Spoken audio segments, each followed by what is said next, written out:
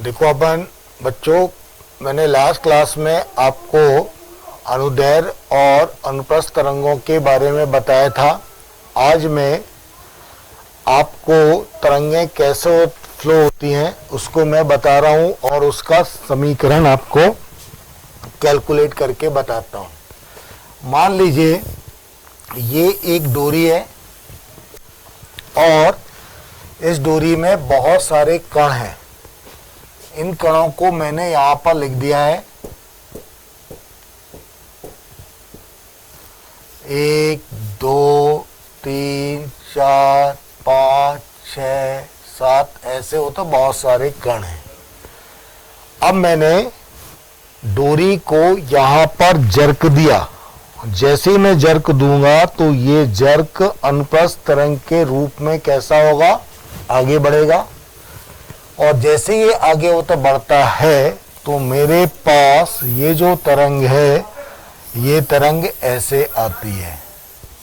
और जब ये तरंग ऐसे आएगी तो इसमें डिफरेंट कण होंगे, 1 2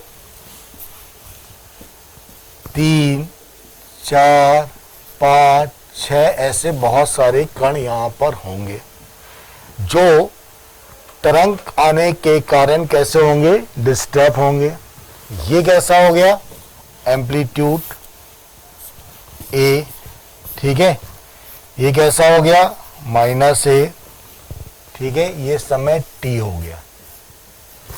मान लो जैसे ही मैंने जर्क दिया तो ये डिस्टर्बेंस t टाइम के बाद यहां पर x डिस्टेंस ट्रेवल करने के बाद t समय पर पहुंचता है।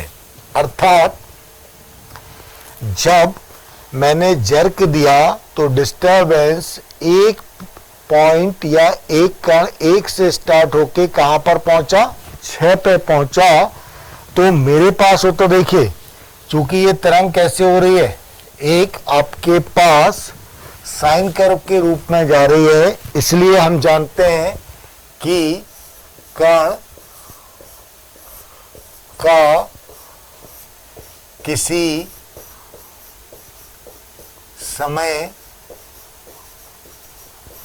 विस्थापन या तरंग रूप y = a sin omega t है, जहां y बराबर कैसा हो गया आपके पास, विस्थापन, a बराबर क्या हो गया, तरंग का आयाम, तरंग का आयाम,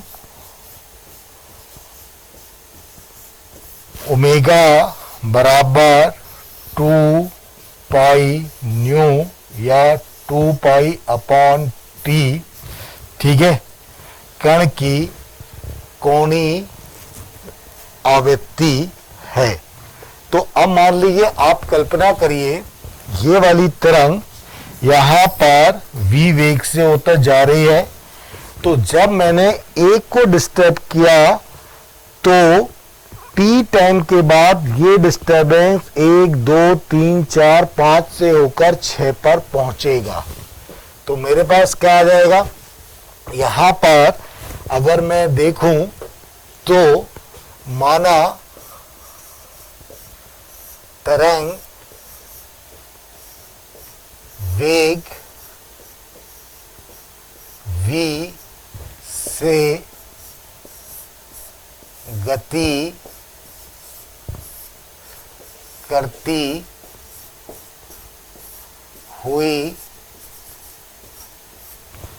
t समय पश्चात दूरी x तय करके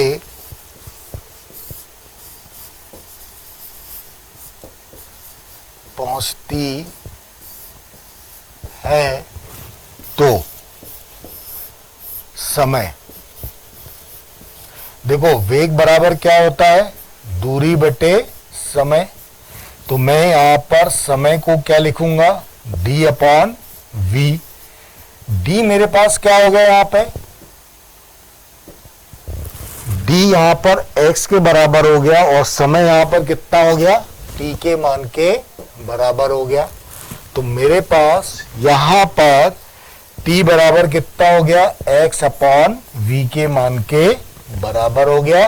तो मैं t को यहां पर लिखूंगा x अपॉन v, इसलिए t समय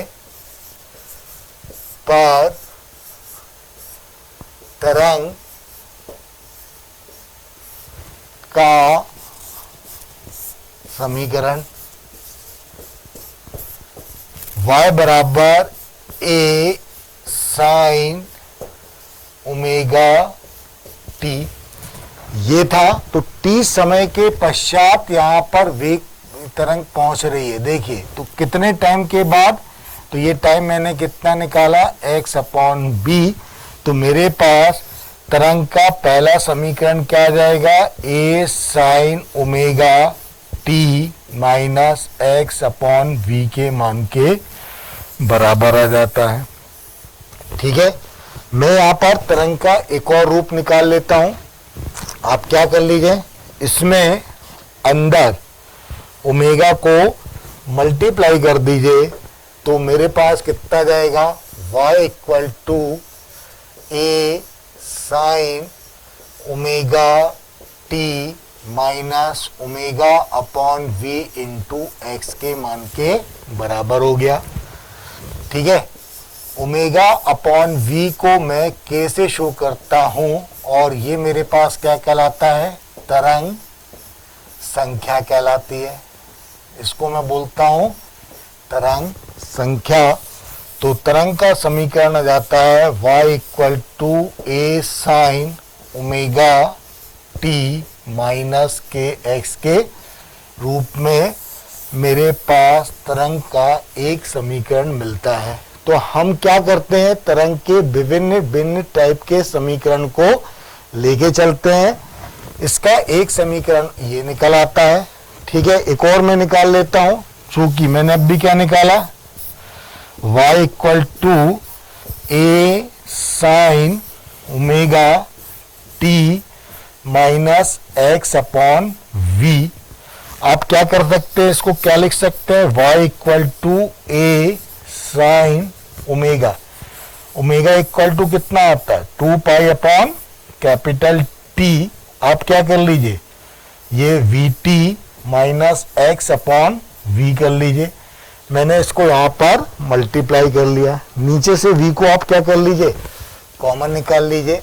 तो y equal to a sine 2 pi upon t into v हो गया vt माइनस x कर लीजिए। अब वेग बराबर क्या आता है, दूरी बटे समय। तरंग अगर चलती है तो ध्यान रखिएगा, ये पूरी दूरी क्या कहलाती है, तरंग दैर्घ्य लैम्डा, समय t कहलाता है। तो ये लैम्डा अपॉन कैपिटल T आ गया। इसको हम क्या लिख सकते हैं, v इंटू टी बराबर लैम्डा के मान के बराबर आ गया। अगर मैं इसको देखूं तो तरंग का एक समीकरण कितना जाएगा, y equal to a sine 2 pi t into v कितने के इक्वल हो गया, लैम्डा। ये कितना आ जाएगा, vt माइनस एक्स के फॉर्म में यहां पर आ जाता है। तो तरंग का ये भी एक रूप होता है। तो देखिए हमारे पास क्या हो जाते हैं, तरंग के अगर अपन समीकरण निकाले तो एक फॉर्मेट ये चल रहा है, दूसरा फॉर्मेट मेरे पास क्या हो गया, y equal to a sine omega t minus k x, ये वाला चलता है। Third y equal to a sine 2 pi upon lambda vt minus x, ये भी चलता है। तो जब अपन कैलकुलेशन करते हैं या तरंग की स्टडी करते हैं तो हम किसी भी तरंग के समीकरण का यूज कर सकते हैं, किसी भी तरंग के समीकरण को ले सकते हैं। सभी विद्यार्थी इसको अच्छी तरह से नोट कर लीजिए, ठीक है। ये आपको आने वाले टाइम में बहुत ज़्यादा ज़रूरत पड़ेगी।